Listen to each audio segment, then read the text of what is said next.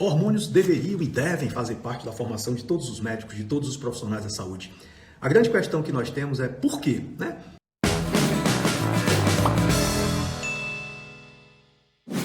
Conhecendo um pouco a história, por que esse assunto é um tabu mesmo quase 70 anos depois que nós temos opções de repor hormônios? Caso específico hoje aqui, mulheres que estão em declínio, mulheres que estão em deficiência, mulheres que estão em deficiência de outros hormônios que antecedem até mesmo a amenorreia da menopausa. Essa história, ela começa ali no final dos anos 60, início dos anos 70, quando um ginecólogo muito famoso lá nos Estados Unidos escreveu um livro chamado Young Forever, Jovem para Sempre. Esse livro tratava de mostrar para as mulheres como os hormônios exercem um papel de restauro e de reparo centrais na biologia feminina e como as mulheres padecem e pagam um preço altíssimo pelo envelhecimento hormonal, pelo declínio e pelo esgotamento ovariano que vão trazer a amenorreia, elas param de menstruar e a partir daí essa parada das menstruações vai provocar não só a sinalização de que algo diferente passa a partir daquele momento a se instalar de maneira irreversível na vida dessas mulheres, como marca também a incapacidade progressiva desses ovários se manterem produzindo hormônios. Os ovários param literalmente de funcionar, eles se aposentam, os ovários morrem antes das mulheres.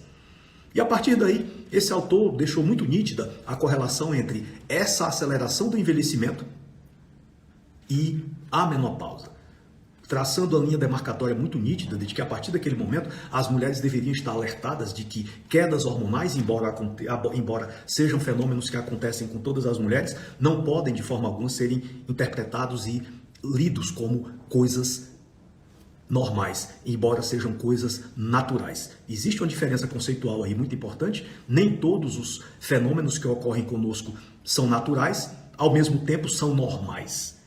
Por exemplo, cair hormônios é um fenômeno absolutamente natural. Vai acontecer com todas as mulheres que cheguem na idade menopausal, ali por volta de 48, 52 anos, mas as consequências que essas mulheres irão experimentar por estarem nessa fase de declínio metabólico, de dessincronização metabólica hormonal, traz para as vidas dessas pessoas um conjunto de fenômenos catabólicos de magnitude tal que provocam uma aceleração brutal dos processos de envelhecimento. E não só isso, essa aceleração brutal do envelhecimento é também acompanhada por um processo de elevado grau de desorganização homeostática.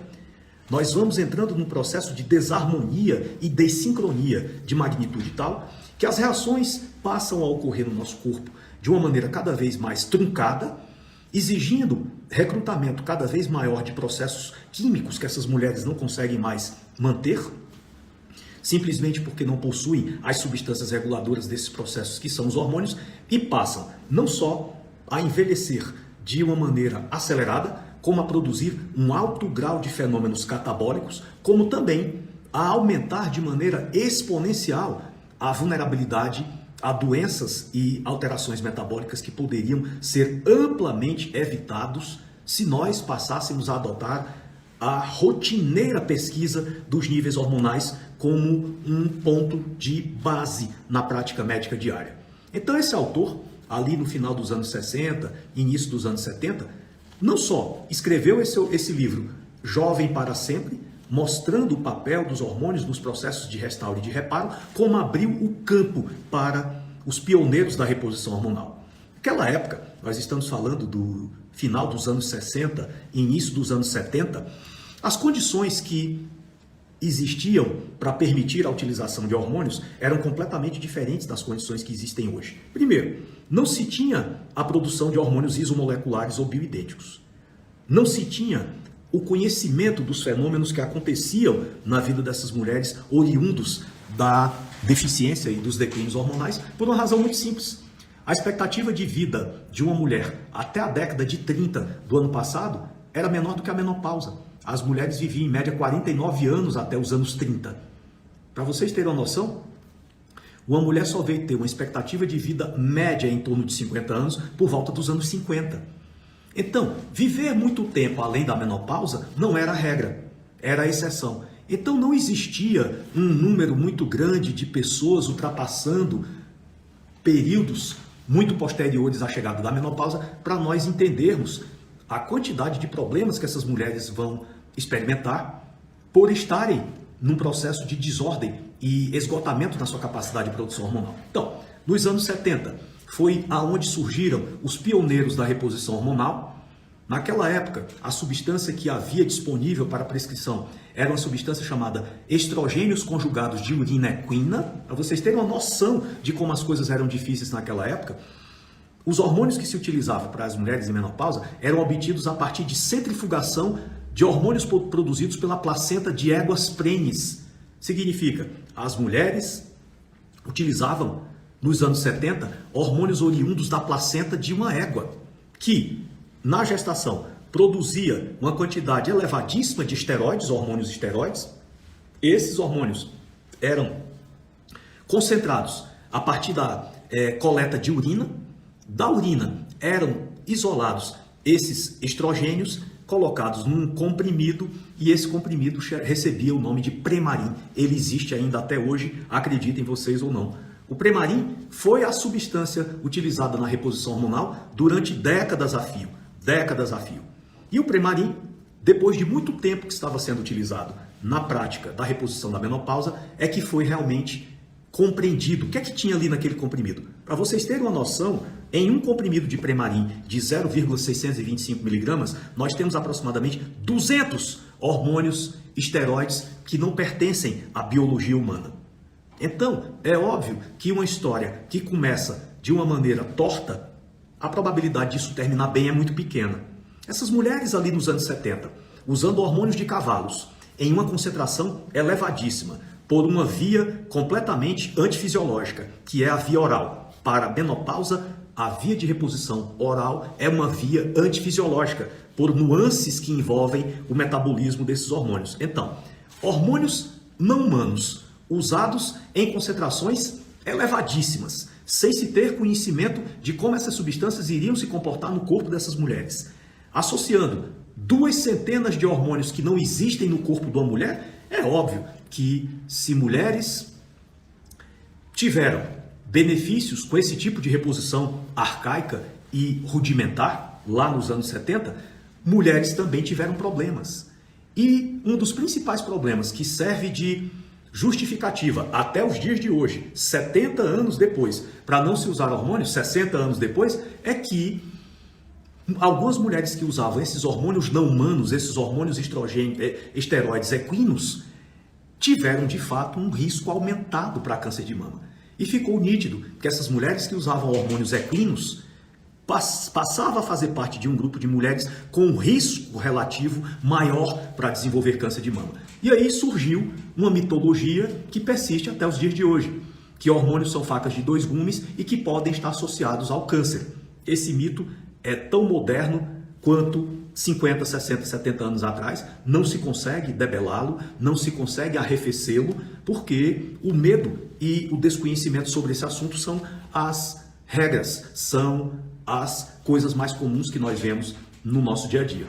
Ali por volta dos anos 80, começam a surgir outras modalidades de reposição, começam a surgir outras vias de administração, começam a ser sistematizadas as tecnologias de produção de hormônios isomoleculares, que são chamados bioidênticos.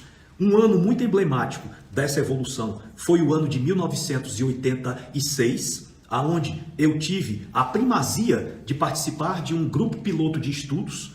Eu fui convidado, juntamente com outros médicos ginecologistas brasileiros, a fazer um estudo observacional utilizando a primeira via de reposição transdérmica, utilizando-se de hormônios bioidênticos. Esse hormônio pioneiro, lançado no ano de 1986, era o hormônio que recebia o nome comercial de Estraderm TTS, e o Estraderm foi uma verdadeira revolução dentro da terapia hormonal da menopausa. Primeiro, porque era um hormônio bioidêntico, nós estávamos ali provocando uma ruptura muito importante com as formas de reposição que existiam até então, que eram hormônios sintéticos derivados de urina equina. Passamos a ter o primeiro hormônio bioidêntico para reposição, que era o estradiol bioidêntico.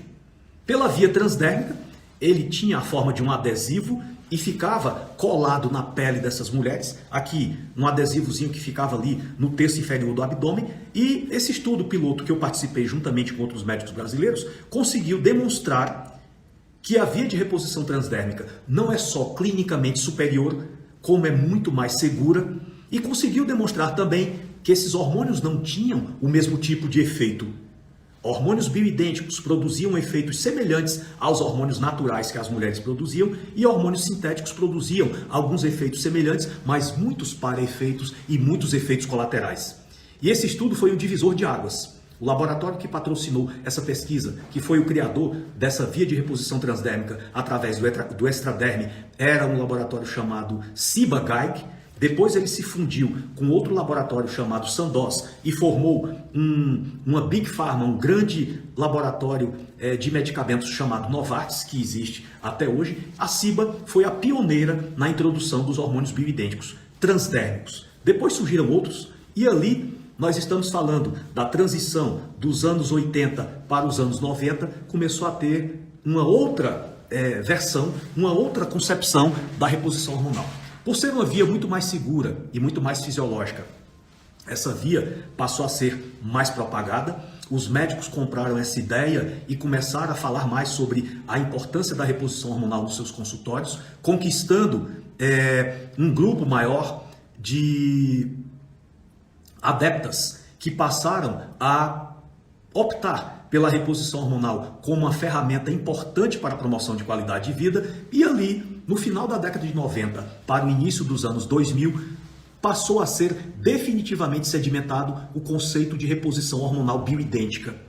E além disso, passou também a ser agregado a esse conceito de reposição hormonal bioidêntica um outro conceito que era a visão das múltiplas quedas hormonais, o modelo das múltiplas pausas.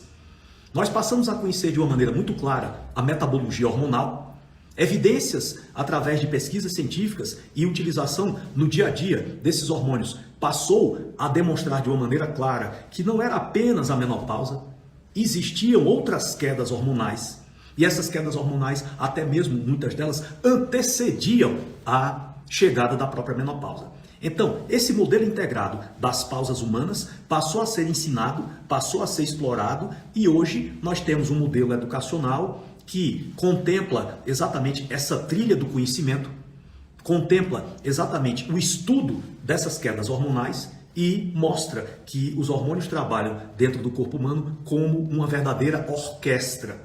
Da mesma maneira como existe lá na orquestra vários conjuntos de instrumentos tocados por vários músicos diferentes, existe o grupo de sopro, existe o grupo das cordas, existe o grupo da percussão, existe o grupo das teclas. Então, todo esse cenário analógico da orquestra sinfônica, ela pode ser transferida para o mundo dos hormônios. E existe não apenas um ou dois ou três hormônios, mas existe um grupo de hormônios que comandam um processo metabólico vital para que nós possamos nos manter em equilíbrio. Esse processo chama-se anabolismo. Esse processo chama-se construção, reparo, restauro, comunicação, homeostase. É isso que os hormônios comandam. Então, é muito estranho, chega a ser incompreensível uma pessoa ter medo de hormônios. E normalmente, nós humanos tememos aquilo que não conhecemos. E é óbvio que nós vamos temer hormônios na medida em que o nível de informação que é nos passado sobre esse assunto é muito insuficiente, é muito parco, é muito débil, e uma pessoa que não está adequadamente informada sobre esse assunto, é claro que ela vai ter muito mais propensão a ser influenciada negativamente do que positivamente. Observem como é interessante. Desculpem, vou uma queda aqui. Coisas da transmissão ao vivo.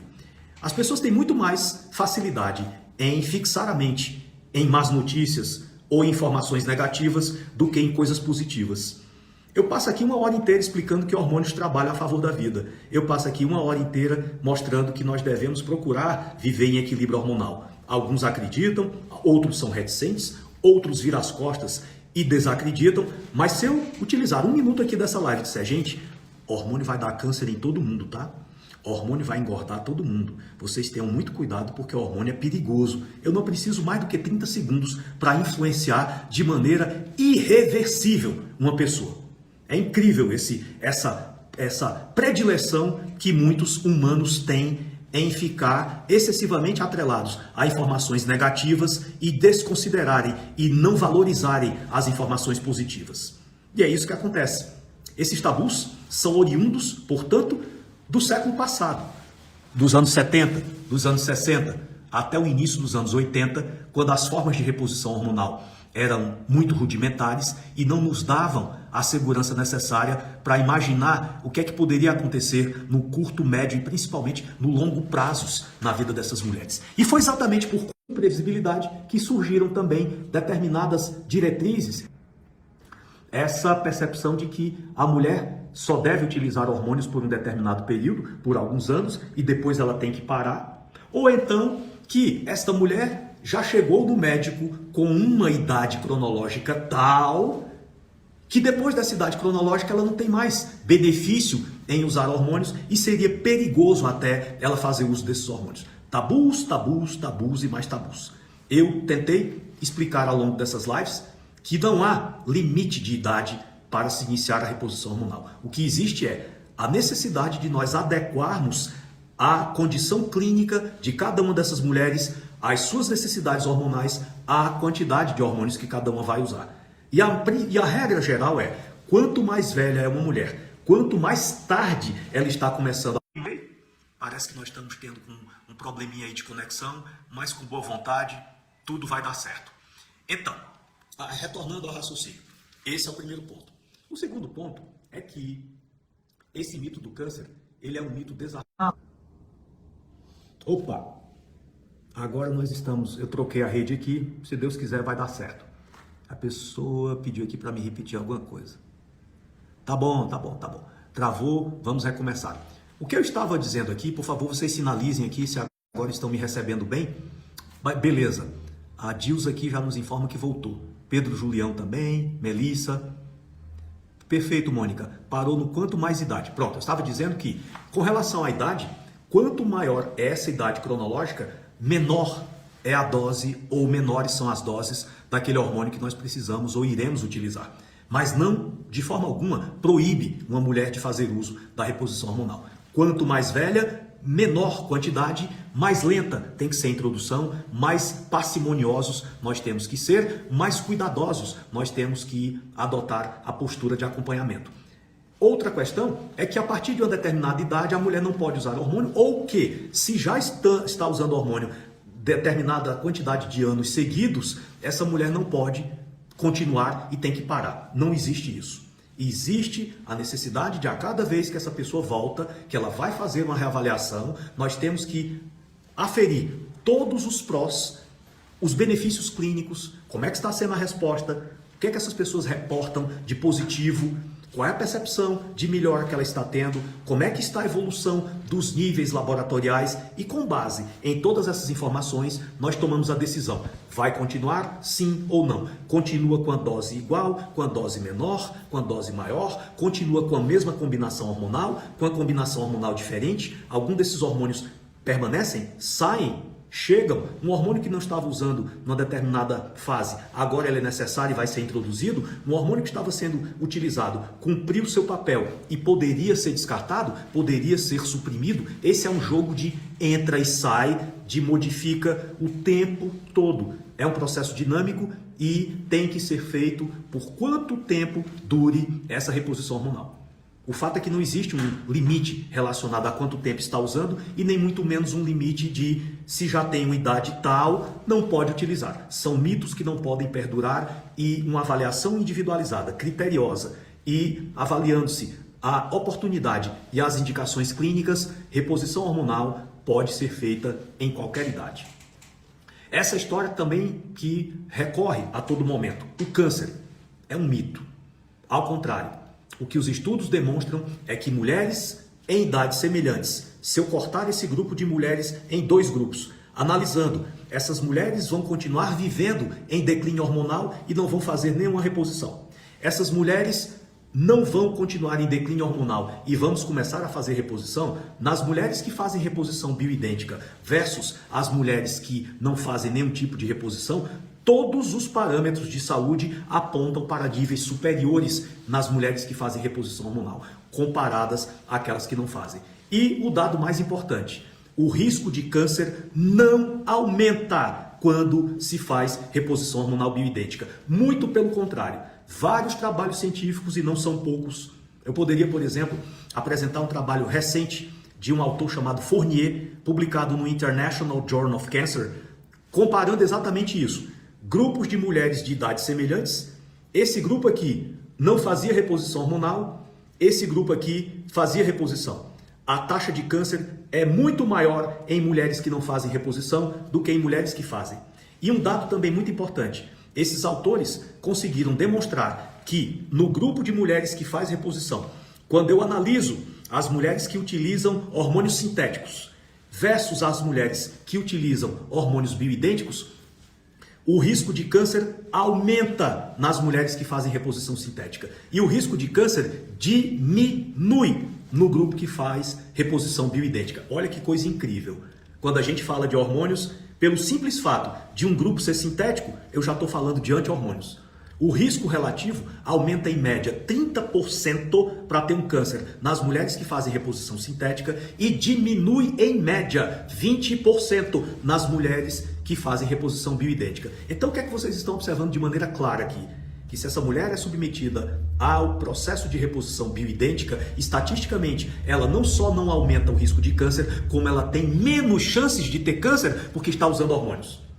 Um trabalho também bem recente, publicado pelo jornal Climateric, um dos principais jornais da ginecologia tradicional, mostrou exatamente isso. Reposição hormonal bioidêntica não aumenta risco de câncer.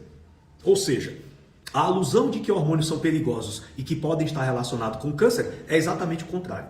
Hormônios bioidênticos não só não são perigosos, como eles estão fortemente associados a uma diminuição do risco de se ter um câncer de mama, ok? Então, essa história é anacrônica, essa história é obsoleta, essa história precisa ser modificada.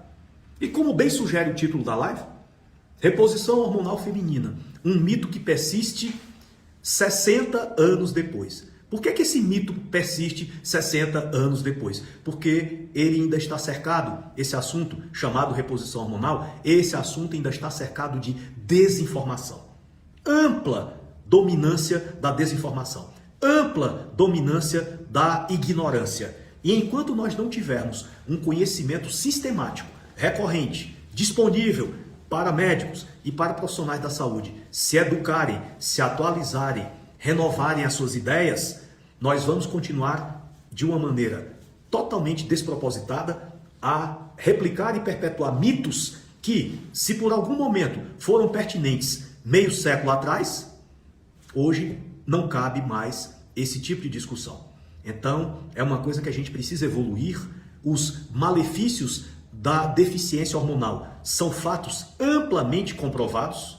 Uma mulher que não faz reposição, que está em desequilíbrio hormonal, possui uma deficiência ou uma insuficiência de um dado hormônio, essas pessoas estão em risco de desenvolver desequilíbrios que podem se transformar em doenças, e eu poderia aqui, como já fiz em lives anteriores, enumerar uma quantidade imensa de problemas que essas mulheres irão aumentar a sua vulnerabilidade pelo simples fato de estarem em deficiência hormonal na menopausa. Então eu poderia citar aqui, em primeiro lugar, já mostrei isso em lives anteriores, as mulheres que estão em deficiência hormonal na menopausa, em 10 anos de deficiência hormonal, considerando que uma mulher entre em menopausa aos 50 anos e a partir de agora eu vou analisar a vida dela de 60 anos em diante, 10 anos de deficiência hormonal fazem com que as mulheres aumentem em 30 vezes os riscos de ter um infarto quando comparados a homens.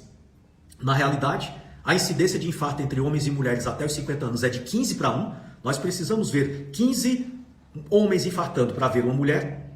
Dos 50 aos 60 anos, essa incidência cai para 5 homens para uma mulher e com mais de 60 anos inverte. 2 mulheres infartam para um homem infartar. Os trabalhos mostram que mulheres em deficiência hormonal podem aumentar em 50% as chances de sofrer um infarto agudo do miocárdio, porque os hormônios protegem o endotélio, protegem contra a inflamação vascular, a inflamação endotelial. Mulheres que vivem com níveis hormonais mais elevados têm muito menos riscos de sofrer um infarto do que mulheres que vivem com hormônios baixos e não fazem nenhum tipo de reposição.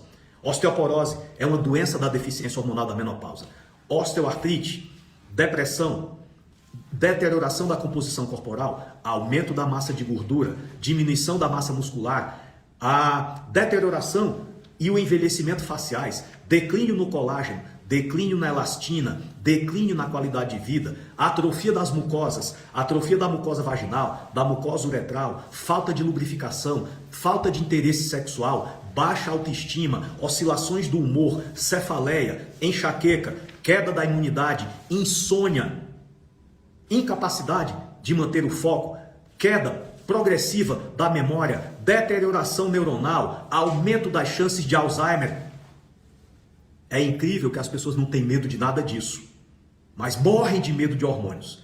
Então, essa questão, a única forma de nós atenuarmos essa quantidade de tabus que existem sobre a reposição hormonal é começarmos a mergulhar no conhecimento desse assunto. Passarmos a adotar a obtenção de conhecimento sistematizado e recorrente nessa área como um instrumento de atualização profissional obrigatório para qualquer especialidade. Por quê? Porque quedas hormonais afetam mulheres em qualquer idade, em qualquer órgão ou sistema e podem estar relacionados a qualquer especialidade médica. Portanto, eu estou dizendo mais uma vez, não existem desculpas para justificar o não compromisso do médico em conhecer hormônios. Essa alegativa de que na minha área eu não preciso conhecer hormônios, essa é uma alegativa completamente despropositada, completamente ilusória. Hormônios impactam sim na neurologia, na psiquiatria, na imunologia, na pediatria, na medicina do trânsito, na endocrinologia, na geriatria, na traumatortopedia, na cardiologia, em qualquer especialidade médica é imperativo que o médico possua conhecimentos sobre hormônios. De modo que, para tentarmos atenuar esse estado bastante preocupante, uma quantidade mínima de mulheres em desequilíbrio hormonal está hoje sendo submetida a algum tipo de reposição. Eu compus um curso que todos vocês já conhecem e tomaram conhecimento, é o Protocolo Rashid, Reposição Hormonal Feminina, um curso de 34 aulas ministradas por mim, reunindo aí quase 4 décadas de experiência que eu tenho nesse assunto. Esse curso também tem 12 aulas bônus por 12 professores convidados de alta competência e expoentes nas suas áreas de atuação. Nós já estamos aí na fase final de matrículas no curso, estamos ainda com as últimas vagas remanescentes. Esse curso estará disponível para aqueles médicos que ainda não se inscreveram até amanhã. Aqui no link da minha bio, no meu Instagram, vocês podem ter acesso a todo o programa do Protocolo Rashid, Reposição Hormonal Feminina, Reposição Hormonal para Mulheres, e serão muito bem-vindos nesse curso, serão muito bem-vindos a esse novo universo onde nós, ao invés de estarmos simplesmente esperando de maneira passiva pelas doenças, estamos agora de maneira ativa e assertiva buscando manter pessoas saudáveis, tratando não apenas suas doenças, mas principalmente tratando a sua saúde. Muito importante nós termos essa visão compartilhada de que hormônios afetam todas as especialidades médicas.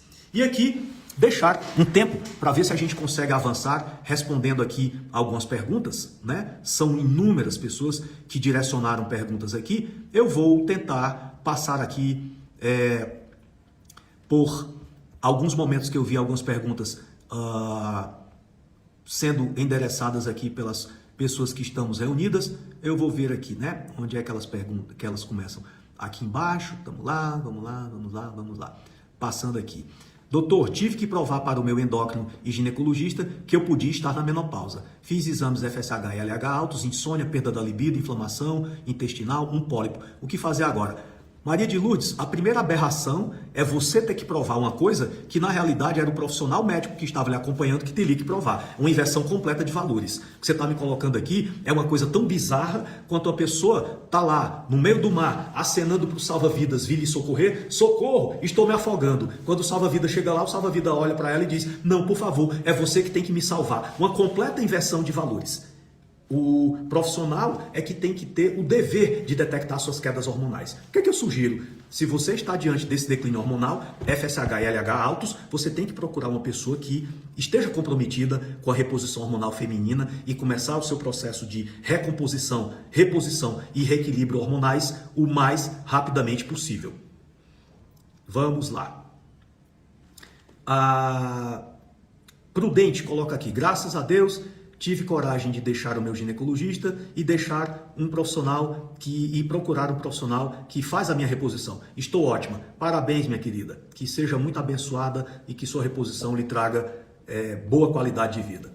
Por favor, direcione médicos que fizeram o seu curso. Não tenho como fazer isso, querida. São mais de 11 mil médicos e o que vocês têm que fazer mesmo é buscar os profissionais que trabalham na área. Imagine, a minha situação para referenciar 11 mil pessoas é muito desconfortável, porque se eu indico o nome de um, eu estou deixando 10.999 de fora. Então, eu acho uma posição extremamente inadequada, uma posição que traz uma seletividade que não deveria existir, e na hora que eu abro a boca e digo: procure João, Pedro ou Tereza, eu estou deixando de dar a oportunidade de vocês verem milhares de outros bons médicos no Brasil que trabalham com esse conceito. Busquem que vocês vão achar. O Google, o Instagram e as redes sociais são bons instrumentos de busca para vocês chegarem a esses profissionais. Vamos lá, mais perguntinhas aqui. Domingues, Rose, predominância estrogênica e gordura no fígado tem relação? Total. Na hora que eu tenho quedas hormonais que provocam a diminuição do metabolismo basal, principalmente o declínio intracelular de um hormônio chamado T3, diante dessa ineficácia metabólica, o corpo vai deixando de utilizar a energia e nós vamos utilizando o hepatócito, a célula muscular e o adipócito para armazenar gordura. Portanto, deposição de gordura no fígado tem total correlação com quedas hormonais. Jovina, hormônio é vida. Meu Deus, eu estou com 61 anos. Não pense assim, Sara. Pense ao contrário. Você ainda está com 61 anos, ok? Como saber que precisa fazer reposição hormonal? Olha, como saber? Você tem que buscar um aconselhamento com um médico que trabalha com esse conceito. Ele vai aplicar questionários clínicos. Além desses questionários, ele vai também solicitar uma série de exames que vão, juntamente com a sua clínica e com esses questionários, definir se existem hormônios em queda, quais são esses hormônios, qual é o tamanho e magnitude dessas quedas e, a partir daí, estabelecer qual é a melhor forma de repor esses hormônios que estão em queda. Vamos lá. Meu médico disse que ia ter câncer. Olha, Rose Andrade, eu já expliquei esse assunto e não tenho mais o que falar. Preciso que você pense na seguinte situação: 90% dos cânceres de mama ocorrem em mulheres na pós-menopausa que não faz nenhum tipo de reposição. Então, na verdade, é muito mais provável que a mulher que não faz hormônio é que vai ter muito mais risco de ter câncer e não a que faz reposição hormonal. Eu já demonstrei aqui na minha exposição que os trabalhos mostram, e as evidências práticas do dia a dia, que as mulheres que fazem reposição têm menos risco de ter câncer e não mais risco de ter câncer. Então, o medo que eu teria era viver sem o equilíbrio hormonal e com a deficiência hormonal. É exatamente o padrão e o perfil da mulher candidata a um câncer de mama. Mulher na pós-menopausa sem repor nenhum tipo de hormônio. Esta é a mulher predileta para ter um câncer de mama. Todos falam a mesma coisa. Boa noite. Procura acompanhar médicos da área integrativa. Meu médico disse que não preciso, mas nunca fez exames para saber. Posso tomar por conta própria? Tenho 52 anos. Jamais, deve ser Vládia, né? Azevedo. O processo de reposição hormonal obriga necessariamente o acompanhamento médico. Jamais façam uso de hormônios ou de qualquer molécula química sem que haja uma supervisão e um acompanhamento médicos, tá? A pior decisão que você pode tomar é fazer isso por conta própria. A paciente ela não vai ter conhecimentos para determinar que hormônios serão necessários, qual a dose, quanto tempo, Isso é completamente atrelado a um acompanhamento rigoroso por parte do seu médico. Rejane, minha mãe teve câncer de mama, eu posso tomar hormônio sintético? Olha, querida, eu desaconselho hormônio sintético diante de qualquer situação. Tendo risco de câncer ou não, hormônios sintéticos não são hormônios, são remédios que produzem um potencial de uma vasta gama de efeitos colaterais e são moléculas que produzem efeitos antifisiológicos. Onde eu compro, você tem que ir ao médico fazer exames, tá, ok. Nunca deve fazer sozinha. Hormônio tem influência no aumento de varizes? Absolutamente. As varizes podem ter influência dos fármacos sintéticos, dos hormônios sintéticos, que, como eu disse, são remédios. Por quê? Eles trabalham aumentando a vasoconstricção e aumentam os fatores de coagulação. Então, anticoncepcionais podem piorar a varize, hormônios sintéticos podem piorar a varize. Hormônios bioidênticos não, porque os hormônios bioidênticos são vasodilatadores e antiagregantes plaquetários. Os médicos têm medo de passar, certamente porque o médico que tem medo de hormônio é porque não conhece adequadamente esse assunto. Na hora que se conhece hormônios, a gente passa a ter medo de deixar uma pessoa viver em desequilíbrio hormonal. Bioidênticos é vida, eu amo, apaixonada pelos bioidênticos. Maria Goretti, tenho 55 anos, se eu começar a fazer reposição hormonal, tem que ser para o resto da vida? Olha, Goretti, não existe nenhuma terapia médica que eu possa olhar para ela e dizer, isso aqui você vai usar até o fim da vida. O que a gente faz é estabelecer períodos de utilização e períodos de revisão. É um processo feito etapa por etapa. A mulher começa a fazer o uso dos hormônios, dados grupos hormonais. Dependendo do caso, dependendo dos hormônios, dependendo da dose, nós estabelecemos um protocolo de revisões. Olha, você vai voltar daqui a tanto tempo. Quando ela volta, nós reavaliamos, pesquisamos como é que ela está se sentindo, como é que foi a percepção de benefício, o que é que ela pode reportar de positivo, reavaliamos clinicamente, reavaliamos laboratorialmente e definimos se aquele grupo de hormônios vai continuar ou não, se vai continuar na mesma dose, na dose menor, na dose maior. E isso é um processo dinâmico que vai acontecer até o fim da vida. Se você me perguntar, vai usar um hormônio até o fim da vida? Eu digo, no momento eu não sei responder. Mas o que eu posso lhe dizer é, para manter uma vida saudável, uma das coisas mais importantes é manter vigilância permanente sobre os seus níveis hormonais a cada período de tempo definido pelo seu médico. O tempo de uso é completamente individual e vai depender de caso a caso. Faço uso de hormônios, a Silvia Cristina, bioidênticos e não vivo sem. Estou amando. É isso mesmo, Ana. Ou Silvia, hormônios trabalham a favor da vida. Eu digo isso categoricamente e reiteradas vezes. Indica algum médico, eu já falei disso. Sim, eu uso Sandreno, estrogel, estradiol, nossa queridinha progesterona, Utrogestan. Ok, são bioidênticos. Que exame detecta a falta de hormônios? Meu médico não pede, fala que não preciso. Olha, os exames são definidos de acordo com a situação clínica de cada pessoa e é muito simples. Se eu quero saber se uma mulher tem uma deficiência de um dado hormônio, eu escrevo, solicito a dosagem do hormônio fulano de tal e mando para o laboratório. Os exames hormonais podem ser feitos na corrente sanguínea, através de uma amostra de sangue, podem ser feitos na saliva, podem ser feitos na urina. Como é que eu sei que uma pessoa tem deficiência hormonal? Pesquiso. Clinicamente existem indícios, laboratorialmente existem indícios. Se os indícios apontam e confirmam aquela deficiência, é estabelecido um tratamento e a pessoa passa a ser acompanhada. Simples assim. Tem que consultar o médico. Farmácia, estradiol, progesterona, bioidênticos micronizados, sim, são bioidênticos, efetivamente. Estrogel é bioidêntico? Sim, é bioidêntico.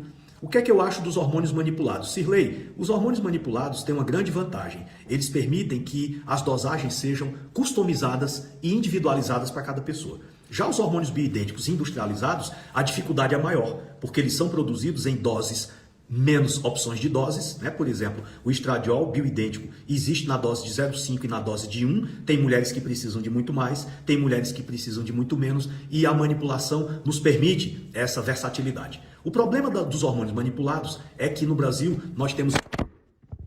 Desculpem, caiu novamente aqui, hoje está bom demais. Os hormônios manipulados, no Brasil nós temos mais de 8.000 empresas capazes de manipular esses hormônios. E aí é óbvio que elas não mantêm a mesma qualidade. Ao contrário, existe uma discrepância profunda na qualidade desses hormônios dependendo de onde eles foram feitos. E aí nós temos que atuar de uma maneira bastante antipática, acabar indicando um pequeno grupo de empresas que nós sabemos que trabalham com boa qualidade. E aí é um problema importantíssimo, porque você pode estar manipulando um hormônio bioidêntico aí numa farmácia na frente da sua casa e esse produto não ter a boa qualidade. A vantagem que os hormônios bioidênticos industrializados produzidos nos grandes laboratórios têm é que é indubitável, eles não precisam provar a qualidade que eles já têm. Mas a desvantagem, as doses são muito pouco variáveis e deixam pouca margem para individualização. A vantagem dos hormônios manipulados na farmácia de manipulação é que eu posso utilizar a dose que eu imaginar, eu consigo compor e consigo prescrever. O problema é a discrepância de qualidade. Existem farmácias que produzem produtos de excepcional qualidade, existem empresas que produzem produtos de muito má qualidade. Então, esse é um problema importante e nós temos que estar muito atentos a isso aí, ok? Estou zero de hormônio, é muito bom que cuide disso, né? Hormônios bioidênticos, podemos tomar preventivamente? Não, Sandra, não há como prevenir. Essa questão é uma questão que muitas vezes recorre no dia a dia, né? Uma pessoa chega e diz, olha, eu tenho uma conhecida ou uma amiga que já está fazendo uso da reposição, está tendo muito bons resultados, eu queria saber se eu poderia usar essas substâncias para prevenir a queda. Não existe isso. No momento que eu passo a introduzir um hormônio em uma pessoa que está produzindo, eu vou provocar redundância, posso até provocar a elevação desse nível circulante para um nível suprafisiológico e é completamente contraindicado se fazer uso de hormônios em uma pessoa que não precisa. E infelizmente, às vezes, a gente vê isso acontecendo no dia a dia. Marley pergunta, a live vai ficar gravada? Vai sim, minha querida. Vocês podem assistir depois. Ultrogestan, Evocanil, são as formas convencionais de progesterona bioidêntica feitos pelas farmácias tradicionais. Manipulado em creme. Eu estou usando há 1 ano, tenho 40 anos, comecei a me sentir mal e após 1 mês renasci. Hormônio é vida. Pequenas doses para repor minha queda fisiológica. Parabéns, minha querida. É isso mesmo. Aqui tem a observação de que o gel a gente só tem de progesterona manipulado. Nós temos o gel de estradiol, mas não temos o gel de progesterona. Então, a progesterona bioidêntica industrializada, ela é tomada pela via oral ou na forma de comprimidos vaginais, né? Óvulos vaginais. A progesterona em gel bioidêntica só tem se for manipulada. Ainda bem que achei um profissional da área integrativa, tem que fazer exames, falta muito conhecimento no dia a dia. Daniela de Manaus, muito prazer. Enfim, uma quantidade imensa de pessoas endereçando aqui suas perguntas e, de fato, a gente procurou responder aqui algumas, mas não dá para responder todas. E aqui, finalmente, coloca Valesca, né? Qual a diferença de testosterona? Com que frequência devemos fazer as visitas médicas? Milene, isso depende muito de cada caso. Tem mulheres que precisam fazer consultas mais amiudadas a cada 60 dias, outras a gente pode estender essas revisões para cada 90 dias. Algumas que estão com quadros clínicos mais estáveis, essas revisões podem ser feitas a cada 4 meses, a cada 6 meses. Não há uma regra. Cada situação tem que ser adequadamente individualizada. Tá? Então, é isso que a gente procura. E essa individualização pode e faz toda a diferença. É muito importante que a gente compreenda que cada caso é um caso, cada mulher em declínio hormonal vai ter o seu próprio perfil, vai ter o seu próprio comportamento. A sequência com que esses hormônios caem é completamente distinta para cada pessoa e nós vamos ter que buscar essa individualização para que nós possamos não só elevar o grau de segurança, mas como também elevar o potencial de benefícios. É uma coisa, repito mais uma vez, que tem que ser feita de maneira individualizada, não existe um horário fixo. Alguns hormônios são mais eficazes administrados à noite antes de dormir, outros ao acordar, logo após acordar pela manhã, outros são mais versáteis, podem ser usados em momentos distintos durante o dia. Para cada hormônio existe o seu comportamento peculiar e é isso que a gente procura buscar. A individualização e a adequação dessas mulheres a cada uma dessas modalidades terapêuticas, ok? Então, nós estamos chegando aqui ao final da nossa live. eu quero mais uma vez agradecer penhoradamente a participação de todos vocês, o engajamento, o interesse com que acompanham esse assunto. Levem esses conhecimentos para além das fronteiras das suas casas, das suas famílias. Comecem a compartilhar esse assunto nas redes sociais, lá no happy hour com as suas amigas. Mostre que existe uma versão, uma compreensão e uma leitura diferentes da importância dos hormônios para a vida das mulheres. Não deixem que essas mulheres entrem em declínio, entrem em deficiência, porque a deficiência hormonal está intimamente correlacionado à piora da qualidade de vida e o aumento das comorbidades. Vamos fazer uma corrente do bem, vamos tornar esse assunto, reposição hormonal, um assunto familiar, retirar os mitos, mostrar que é uma situação que precisa ser individualizada caso a caso, mas mostrar também que, mais uma vez, eu repito, insisto até a exaustão, hormônios trabalham a favor da vida. Eu quero deixar aqui o meu mais genuíno obrigado e que tenhamos todos uma excelente noite de descanso e que a paz e as bênçãos de Deus estejam sempre conosco. Beijo enorme nos corações, a minha gratidão e até a próxima live, se Deus quiser.